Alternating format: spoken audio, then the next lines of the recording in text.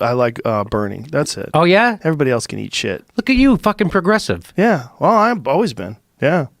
What? Yeah. Everyone says you're a right-winger. They're out of their fucking mind. I've never voted right-wing in my life. I'm not right-wing at all. Oh, okay. No. That's wild. No, there's nothing about me that's right-wing. I think, but when it gets to homophobia, when it gets to women's rights, that's where I break, right? I'm 100% in favor of women's rights, 100% in favor of gay rights, gay marriage. This is Joe Rogan. He's never been a darling of the mainstream, never polished, never rehearsed. But rewind far enough and you'll find something surprising. He supported universal health care, called out the Iraq War, mocked corporate greed, and stood behind trans rights before it was politically safe to say so. Joe Rogan was, for lack of a better word, progressive.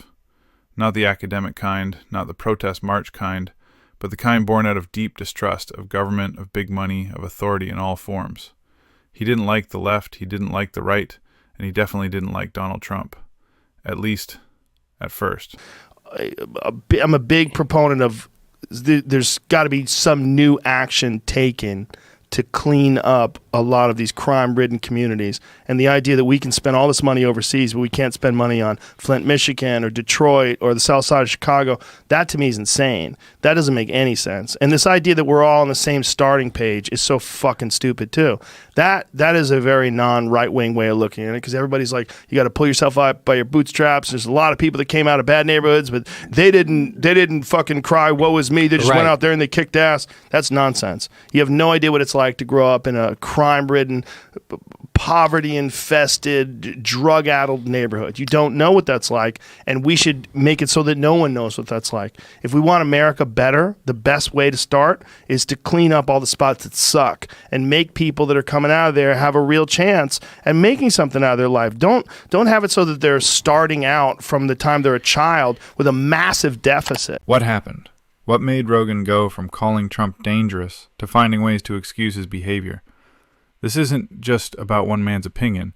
It's about a man that used to lead the #1 podcast in the world, who decided to bend the knee in the 2024 election and is now getting what he voted for. Let's take a look at the history between Donald Trump and Joe Rogan. That's what saved Trump. I mean, you got to remember, Trump is fat and old. Yeah. He thinks of his body like a battery, Yeah. and he thinks that you exercise, you lose energy. Do you think he's on Adderall? Yes, I do. Only because there were multiple people who used to work on The Apprentice that were like, he was fucking gassed up for shoots. Really? Yeah, because he has trouble reading. Put his name in briefings multiple times to keep him interested. And then Kushner, his son-in-law, said that he came up with a formula to keep him engaged. 2 good, 1 bad. So if they were going to give him bad news, he'd go, you start with some good news. So they go, this is going well. Everybody's thrilled with you about this. Here's a bad thing. Also, people love you for this. So that's how they would tell him bad news. They couldn't just go, here's a bunch of bad news. Of course. Yeah. He's a man baby. He's a fucking toddler. Yeah, he's a toddler. It's exactly how I talk to my kids about shit. Joe Rogan initially didn't endorse Donald Trump, but he made his intentions clear of where his opinions started to align. He started platforming guests who praised Trump. He asked questions, rhetorical or not, that nudged people in Trump's direction. I think there's a lot of right-wing family values and things like that I admire. Thank God the fucking swim, whatever it is, the governing body is no longer allowing trans women to compete against biological women. It started to become very clear that Rogan, who was once seen as an ally to the left, was increasingly becoming their enemy. Something like that before. No one's ever been prosecuted for something like that before. Certainly no political opponents. Something like what? I believe there were 91 criminal charges. Now there's 88, right? Never been charged for what? Which one of the 88 crimes has somebody never been charged for? The precedent I'm afraid of setting is letting all of these powerful people get away with all their crimes. By the way, if you think the charges are trumped up, again, no pun intended, which one of the 88 charges is trumped up? Or is it all of them? Walk me through each one and tell me why you think each one is bogus. Were the fraud charges bogus? The insurance fraud and tax fraud and business fraud and all that stuff, was that bogus? Because it's already found he's liable for that. Oh my God, he's a criminal. Keep that criminal out of the White House. Okay. Do you think a lot of people who historically had been against Trump are now honest enough to see what a sham this whole thing is and are revising their position. You know, they have emails of Trump's team internally. They refer to their own plot as a fraudulent or fake elector scheme. They knew they were committing fraud doing this. They knew, hey, we're going to say we won, even though we know we didn't, and we're going to have an alternate slate of electors, and we're going to try to force the other politicians, twist their arms to not accept the results of the previous election. This is all a coup plot laid out for us in black and white. What part of that is a trumped-up charge? So much so to the point that he was hooked on every right-wing narrative concerning Democrats and especially held a dislike for Tim Walz. And now, all of a sudden, she is the nominee because he's stepping away.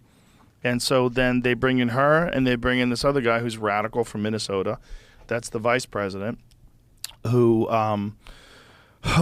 he believes a lot of wild things. So he talks about Tim Walz, and right off the bat, he calls him a radical, right? They're radical socialists. That's what he does. That's what he calls them. They don't have dick to go after Tim Walz's actual record of accomplishments, which again, we'll get to in just a little bit. He's still talking here about Tim Walz and Kamala Harris, but again, the genesis of the conversation was more about Tim Walz. Listen to this. It's equal outcome talk. There's only one way they can do that, and it's by forcing you. Well, it's by everyone having nothing. Yeah. That's the only way to have things totally equal. Because Exactly. you can't have everyone have everything. That's impossible. Right. And so for equal distribution, that has to be enforced by law. So that has to be enforced by the government, and the government generally does not have equal. They have much more than you. And that's Fidel Castro in Cuba. That's North Korea. That's virtually every communist country that's ever existed. You have a military dictatorship that decides what you can and can't do with your time. Sure. And all under the guise of making it better for everyone. And that's exactly what they did to North Korea. When they took over people's farms, they said, we're going to take over the farms so that everybody has food. Yay, good. Now everyone's starving. Right. And the government has all the food. He brought this up in the context of a conversation about Tim Walz. It was subtle at first, framed as open conversation, but for millions listening, the message was clear. Rogan wasn't just platforming the right. He was completely sold on it. And then this is talking about Tim Walz, equal outcomes, not equal opportunity. And this is extremist. And this is like Fidel Castro in Cuba. And this is like Kim Jong-un in North Korea. There was a time when Joe Rogan supported Bernie Sanders. Tim Walz, his policies are the same as Bernie Sanders. He is a social democrat. What's the main talking point Tim Walz keeps coming back to on the campaign trail? He says, in Minnesota, we believe in the golden rule. Mind your own damn business. You might make a different decision than me, but I'm not going to get involved in your personal life, and you shouldn't get involved in my personal life. This is Joe Rogan 101 type shit. This is shit he says all the time. Tim Walz with a 1-seat majority in Minnesota. 1-seat majority. By the time the 2024 election cycle heated up, Joe Rogan wasn't on the sidelines anymore.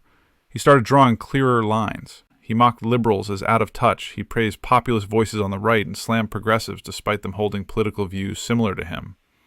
Then came the eve before the election, where he officially endorsed Donald Trump. Rogan bought into the idea of Trump being the strongman that was going to get rid of the elites and set America back on track. People like Rogan wanted to believe that Donald Trump was doing what's best for the United States and putting America first, but that couldn't have been farther from the truth. There's a moment where you had some hesitation about Epstein, releasing some of the documents on Epstein. Why the hesitation? I don't think I'm not involved. I never went to his island, fortunately. But a lot of people did. Why do you think so many smart, powerful people allowed him to get so close? He was a good salesman. He was, was a hale and hearty type of guy. He had some nice assets that he'd throw around, like islands. But a lot of big people went to that island. But fortunately, I was not one of them. It's just very strange for a lot of people that the list of clients that went to the island has not been made public. Yeah, it's very interesting, isn't it? Probably will be, by the way. Probably. So if you're able to, you'll be... Yeah, I'd certainly take a look at it. Now, Kennedy's interesting because it's so many years ago. They do that for danger, too, because, endangers certain people, et cetera, et cetera. So Kennedy is very different from the Epstein thing. But yeah, I'd be inclined to do the Epstein. I'd have no problem with it. Trump made a promise to release the Epstein files. There's just one problem. He was in them. When it became clear that his own base wouldn't let go of learning the truth about the Epstein client list, he dismissed those supporters, said they wasn't MAGA, and accused the Epstein scandal to be a Democrat liberal creation. I ask you to clarify something you said this morning. You said this was all a hoax. Has your Attorney General told you this was a hoax? What evidence have you seen of that? No, it's not the Attorney General. No, I know it's a hoax. It's started by Democrats. It's been run by the Democrats for 4 years. You had Christopher Wray and these characters and Comey before him.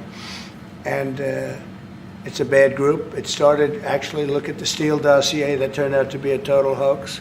The 51 agents, the intelligence, so-called intelligence agents, it was a hoax.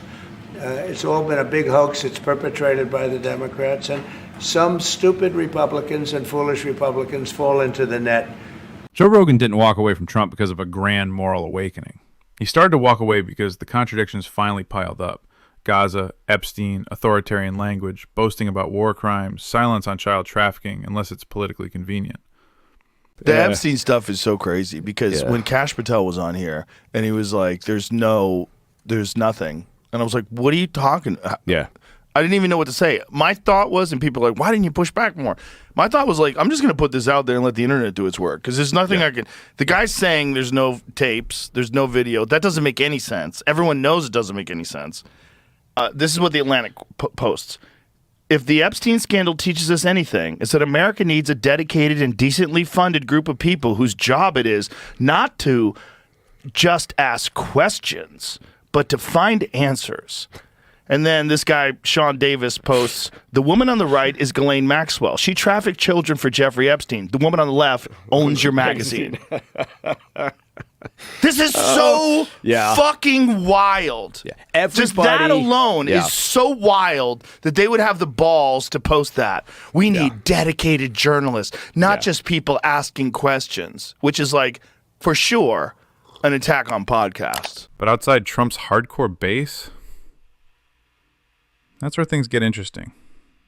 Potentially signs of a turnaround, perhaps, Harry. What are you seeing on the generic ballot? Okay, so, we're talking about warning signs for the Republican Party, and I will just say, uh-oh, for them. That is the phrase of the day, uh-oh. Democrats lead the generic congressional ballot, and you can see their lead is expanding. It's becoming bigger. Look at this in spring. CNBC, it was 2. Now it's 5. How about Ipsos? It was 1 for the Democrats. Now it's 4. How about the Wall Street Journal? It was 1, and now it is 3. So now the average lead here is 4, which is up from just about a point. That's about a 3-point move on average in the Democrats' direction. There's a growing block of independents, young men, young women, centrist and older voters who once saw Trump as the anti-woke bulldozer, no longer holding that opinion. Now, they're losing faith in someone they see that has gone too far and isn't actually America first. And in a close race, that might be enough to shift the edge. Not to the left, not to the Democrats, but away from Trump. In a game of inches, even Joe Rogan's quiet break might mean something.